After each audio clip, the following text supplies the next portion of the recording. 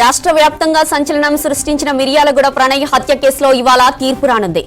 తన కూతురుని కులాంతర వివాహం చేసుకున్నాడనే కక్షతో మారుతీరావు 2018 సెప్టెంబర్ 14న సుపారీ గ్యాంగ్ తో ప్రణయ్ని హత్య చేయించాడు. మిర్యాలగూడ 1 టౌన్ పోలీసులు 8 మందిపై హత్యా నేరం కింద కేసు నమోదు చేశారు. మొత్తం 78 మంది సాక్ష్యాలను వివరించారు Nalgonda SC ST court.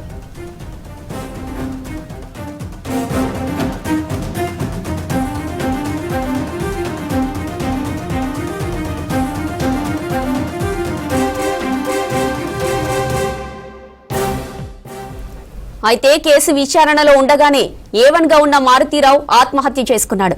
A2 గా సుభాష్ కుమార్ శర్మ, A3 గా అస్గర్ అలీ, A4 గా బారీ, A5 గా కరీం, A6 గా శ్రవణ్, A7 గా శివ, A8 గా నిజాం ఉన్నారు.